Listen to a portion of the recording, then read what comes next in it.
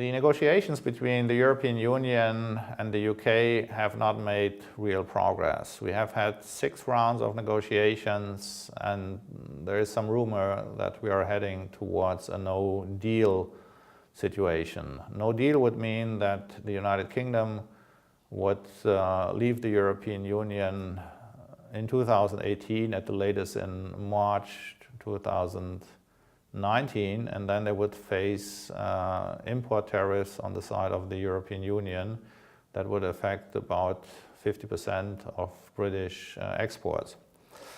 So that brings us to the question, what is the net benefit, or what are the net welfare costs of Brexit? And recently we have seen some interesting studies looking into tariff dynamics and tariff effects.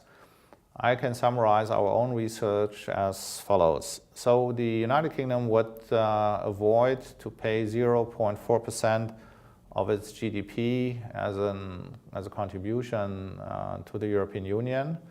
So if we look at the present value of avoiding any future contributions to the EU, and we use a 3% interest rate for capitalization, then this means we have 13.3% of GDP as an advantage for the UK. That's position number 1.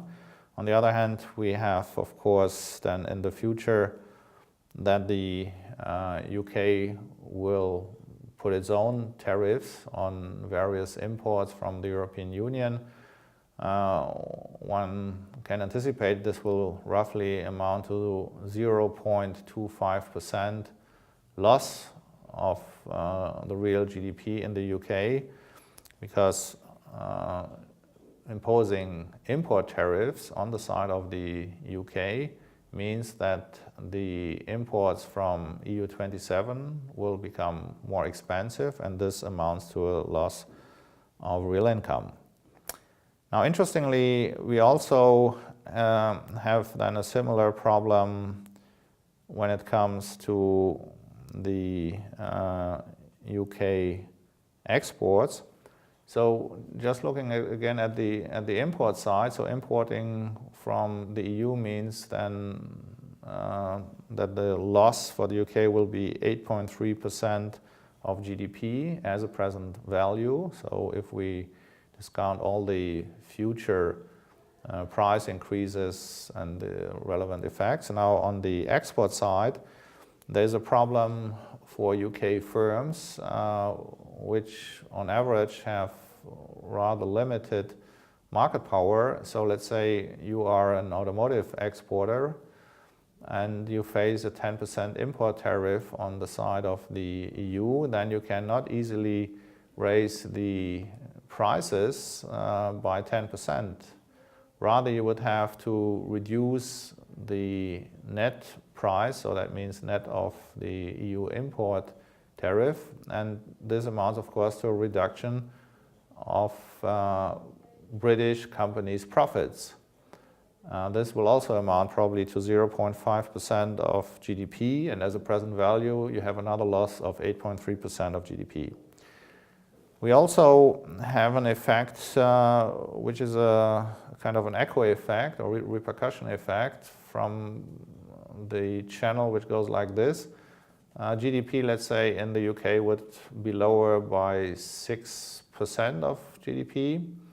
The effect on the EU27 is that their output will be lowered by 1%, and there is then a negative feedback effect because, of course, the UK will export less to the EU, and this negative income effect is 0.2% of GDP. Then, as we know from the Treasury study of the UK, was just published before the EU referendum 2016, there will be indeed a 6% output loss, and there might be an even somewhat higher figure of 7% if there is a no-deal situation. So 7% is the relevant figure here.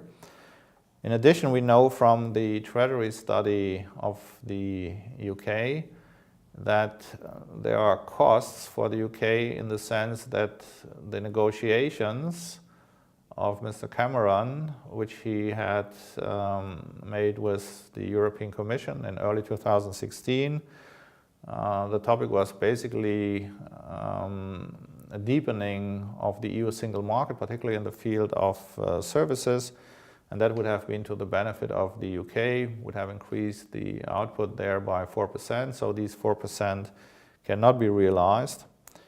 And finally, there is another cost which is usually overlooked, and this mechanism is like this. If you have a real depreciation of the pound, then foreign investors will buy more British assets. So international mergers and acquisitions will intensify. At the beginning of 2016, roughly 27% of the British capital stock was owned by foreign investors. By 2030, we think it will be around 40%. That would also mean that then 40% of British companies' profits will be sent abroad. So the subsidiaries of US, Japanese, German, French, Dutch companies and so on, they will send these profits to the parent company. And that means a loss of 4.3% for the UK. Okay, we have two positions where the UK might have an advantage from leaving the UK. You might expect that the UK will reduce, for instance, agricultural import tariffs unilaterally. That brings cheaper products, and this is equivalent to an increase of real income of about 1%. And we can also anticipate that there will be a transatlantic free trade agreement between the United Kingdom and the US, brings you about 2% real income gain. This is at least on the basis of the TTIP analysis, which reflects the research conducted with Ander Jungmittag here at the European Institute for International Economic Relations. So we published a paper on this. So at the bottom line, the net income loss for the UK would be 15.8%, and that's a big number. That's really a big number. I think that everything less than 15% is an illusion. So a no Brexit deal would have rather high costs, and even if one would say, okay, this is a loss which will occur in the next 15 to 20 years, then this means that output growth would be lower by about 1 percentage point every year. So this raises, of course, the question, is Brexit a good idea? And here I can come back to what I said in the recently published book, An Accidental Brexit, was published in London with Palgrave Macmillan. So now it's absolutely clear that there are big economic question marks for Brexit. Many figures emphasized by Brexiteers are really nonsense, including the £350 million that Boris Johnson has always emphasized one could spend in the future for the National Health Service instead of sending the money to Brussels. The true figure is about 1/2 or a little bit less, because you can put in the national health system only the net contribution of the UK. It's clear that the UK government will more or less replace EU payments to, let's say, British regions, British firms, British universities, and so you cannot have 350 million available. You will have roughly half of this amount. So the point is also that the Cameron government never gave clear information on the main finding of the Treasury study on the long-term benefits of British EU membership. The main finding was there will be a 10% income loss had this been included in the 16 pages government info brochure, then one can figure on the basis of UK popularity functions that the election result, that the referendum result would have been 52.1% in favor of Remain. So we are heading towards, I think, a very difficult year 2018. There is still time to consider a second referendum, which hopefully would be more fair, would have a better information basis for everybody. And I think that part of the British public gets relevant information on costs and benefits only now.